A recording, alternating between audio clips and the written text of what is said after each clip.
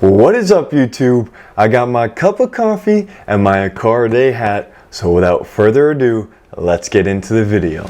Known as the ultimate proving ground for any high-performance vehicle, the Nürburgring is not just a testing hub for vehicle development, but also an arena where manufacturers try to set record-breaking laps to claim the title as the fastest production car in the world. This is the story of Koenigsegg and their complex relationship with the Nürburgring. In the quiet landscapes of Sweden, a dream was realized when Christian von Koenigsegg founded his own automotive company. As a youngster, Christian was inspired by the Norwegian stop-motion animated movie The Pincliffe Grand Prix, and at the age of just 22, Christian mustered up an impressive 60 million SKR from investors to start his own company. And his vision was clear: to create a world-class sports car that would leave an undeniable mark in the automotive world. This journey commenced with the launch of the CC8S in 2002,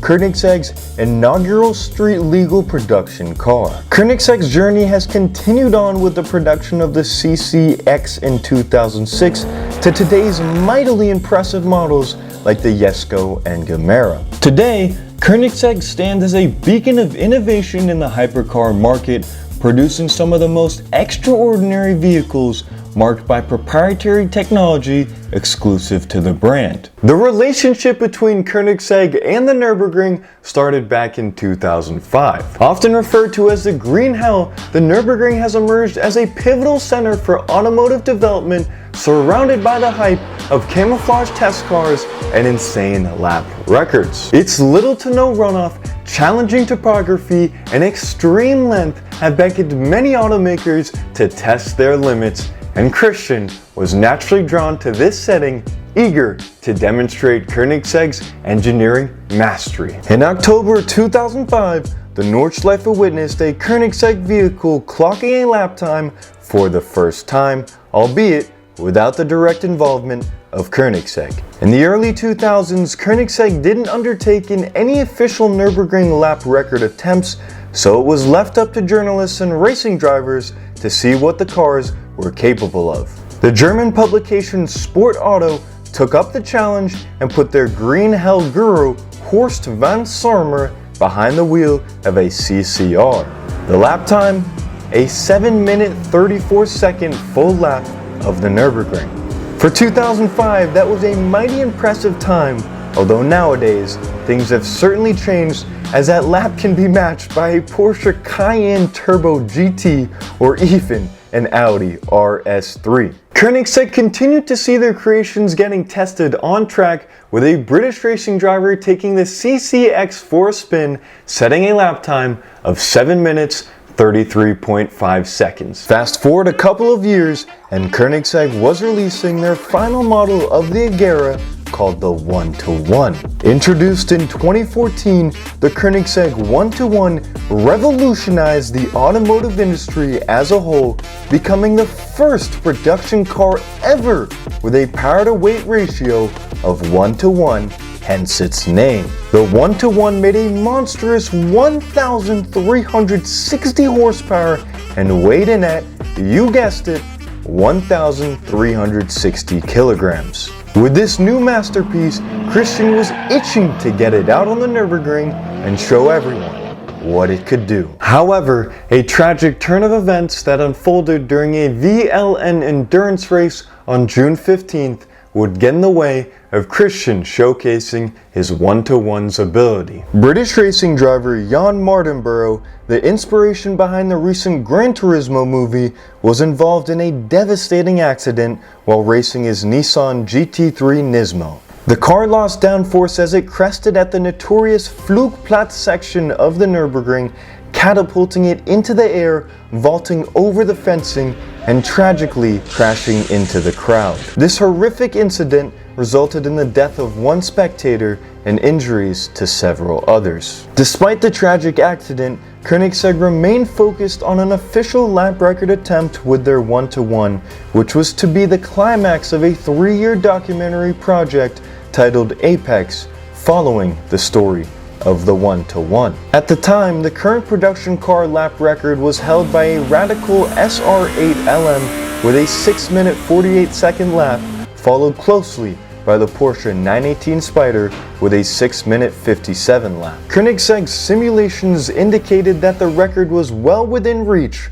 However, fate had other plans. As a result of the horrific crash, Nürburgring management imposed a number of speed limit restrictions around the circuit in various places. These included the Dottinger Hohe Straight with a maximum 200 kph or 155 mph speed limit. Next, Antonis Bücher Corner with a maximum speed of 200 kph or 124 mph. Next was Quiddelbacher Höhe Corner and Jump, maximum 200 kph or 124 mph. And lastly was Schwedenkulis Corner with a maximum 200 kph or 124 mph. Although the Nürburgring didn't prohibit lap record attempts outright, these speed limits effectively made any attempts pointless, and consequently, Koenigsegg's aspirations of setting a new Nürburgring production car lap record was rendered unattainable. Undeterred, Koenigsegg devised a contingency plan to demonstrate the prowess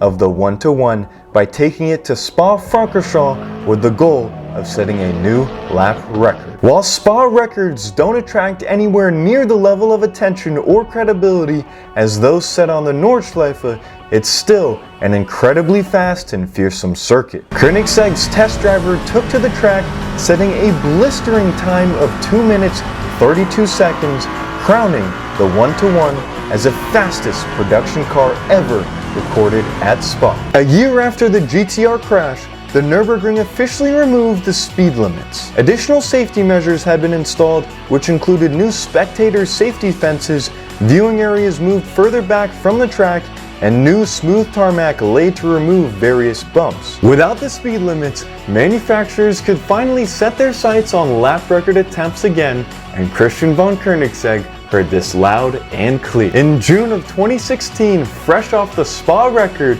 Koenigsegg returned to the Nürburgring, determined to showcase the full potential of the 1,360 horsepower 1:1. The team spent several days practicing, testing, and tuning the car setup to meet the formidable demands of the Green Hell. About a third of the way into the lap record attempt, as the driver was exiting the foxhole and braking for Adenauer Forst, the front wheels locked up, and the 1:1 hurtled into the barriers at high speed. The car leapt into the air and landed on the other side of the Ramco barriers. Fortunately, the driver emerged from the accident unscathed, although the 2 million 1:1 was totaled, marking another unfortunate blow to Koenigsegg's long-awaited record attempt. Back at the factory in Sweden, Koenigsegg engineers pinpointed a faulty ABS sensor as the culprit. Since that time, Koenigsegg has continued to innovate, introducing remarkable models like the Jesko and Gemera. During an interview at the unveiling of the Koenigsegg Jesko with automotive influencer and Nürburgring aficionado Misha,